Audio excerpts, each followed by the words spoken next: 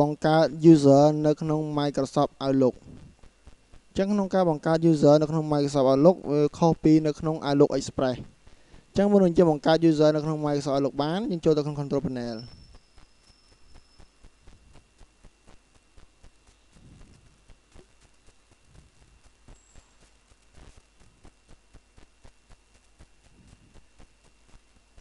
អញ្ចឹងយើងរកមកពាក្យថា Gmail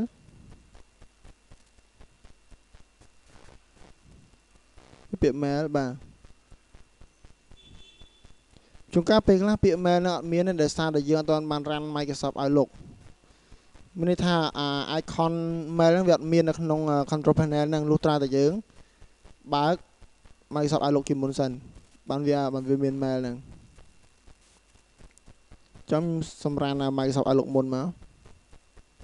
នេះ Microsoft Outlook 2003បា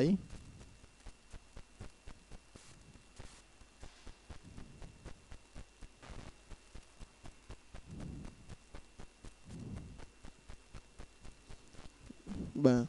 អញ្ចឹងឡើយហ្នឹងចុចលើ next ឡើយនេះវាសួរតើយើងចង់បង្កើត email ដែល user នៅក្នុង Exchange ដាក់នៅក្នុង Microsoft Outlook ឬអត់ឡើយហ្នឹងខ្ញុំអត់ទាន់ config ទេគឺខ្ញុំយក no សិនមកហើយ finish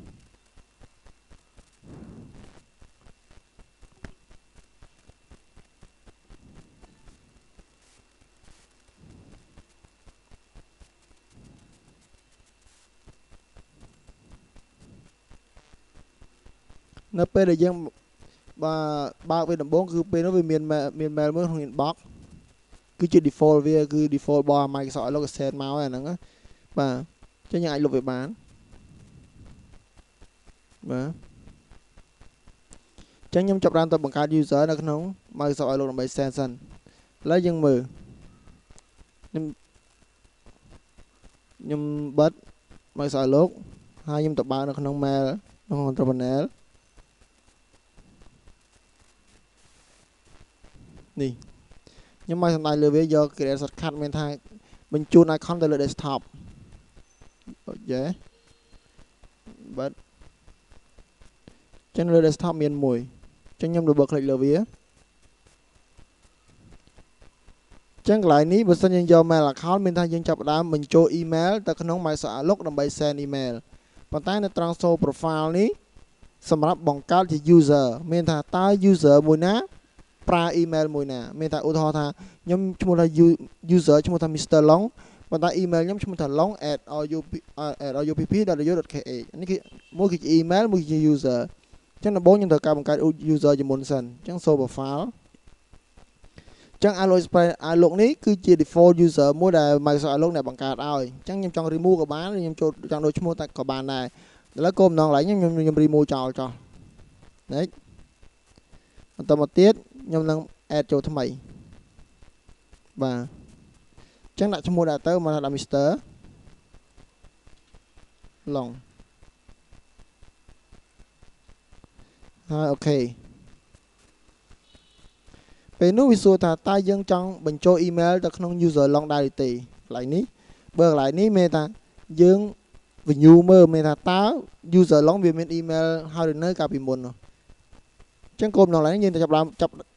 ចាំបាច់ត្រូវតែបញ្ចូល email នៅពេលនឹងតែម្ដង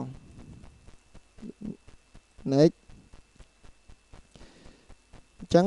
Microsoft Exchange run ជាមួយនឹង Exchange server ដល់ POP3 IMAP នេះសម្រាប់ diamond អីទេបានយើងអាចប្រើជាមួយវាបានអញ្ចឹងយើង Exchange server បានយើងយកតែលើទេ next បន្ទាប់មកនៅត្រង់កន្លែង Exchange server នេះគឺយើងដាក់ឈ្មោះម៉ាស៊ីន Exchange server មកថា Exchange server ឈ្មោះ server ឈ្មោះ pdc ចុច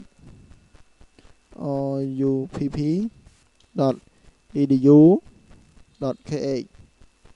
កន្លែងនេះគឺឈ្មោះ user យើង log មកដាក់ long ចឹងដាក់ long តែម្ដងទៅហើយខ្ញុំ check name កន្លែង use cache exchange mode នេះយើងដោះចេញមកតោះមកយើង check name បើវា check ត្រឹមត្រូវហើយវានឹងគូបន្ទាត់កន្លែង username យើងឈ្មោះបាទអញ្ចឹងមានន័យថា exchange server យើងឈ្មោះត្រឹមត្រូវហើយនឹង user យើងក៏បានត្រឹមត្រូវដែរអញ្ចឹងចុច next finish អញ្ចឹងគឺខ្ញុំបាន user មួយឥឡូវមួយទៀតខ្ញុំចាប់បាន add user មួយទៀត Mr. Nida ដាក់ user ឈ្មោះខ្ញុំដាក់ឈ្មោះក៏បានតែចិត្តឡើយមិនសំខាន់ទេឡើយឈ្មោះ user គាត់ឲ្យតំណាងថា user មួយណាអ្នកណាប្រើបាទអូខេតោះមកខ្ញុំយក add mail ចូលមួយទៀតអញ្ចឹងដូចគ្នា next pdc.rupp u kh ហើយនេះគឺឈ្មោះ user Nida អូថាឥឡូវខ្ញុំដាក់ឈ្មោះ user ខុសខ្ញុំថា Nida សុកចឹងចុះអញ្ចឹងដល់ពេល check name បើសិនវា check អត់ឃើញទេគឺវាបង្ហាញថា user ហ្នឹងវាអត់មានទេអាសិន could not be complete the name match a name in the address list ចឹងមកថាឈ្មោះហ្នឹងខ្ញុំវាយខុសហើយអញ្ចឹងគឺយើងដូរឈ្មោះម្ដងទៀតគឺឈ្មោះតា Nida ទេឈ្មោះ user យើងបាទ check name បាទអូខេ complete ត្រឹមត្រូវអញ្ចឹង user Nida ឈ្មោះ Mr. Hey Nida ជាអ្នកប្រើ next finish ដល់ចំណុចកន្លែងនេះវិញអានេះយើងដឹងហើយចង់ remove property ចង់កែឈ្មោះកែអីស្អីចិត្តចឹងត្រង់ចម្លែកនេះបើសិនវាមាន user 2ដែលខ្ញុំបង្កើតមួយឈ្មោះថា user Mr. Long មួយទៀតឈ្មោះ user Nida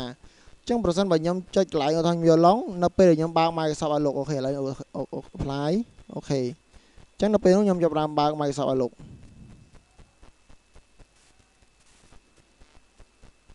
ចឹងខ្ញុំ share វាលើ desktop មក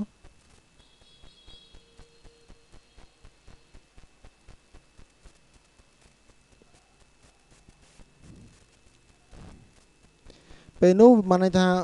វា log ទៅកាន់ user log តែម្ដងអានេះវាឲ្យយើងឈ្មោះ log ចូលឈ្មោះ user នេះឈ្មោះ email ដែលយើងត្រូវទៅ log user ដែលយើងមិន log ហ្នឹងបាទមាន password អញ្ចឹង user មាន password អញ្ចឹងខ្ញុំ cancel ចេញវិញ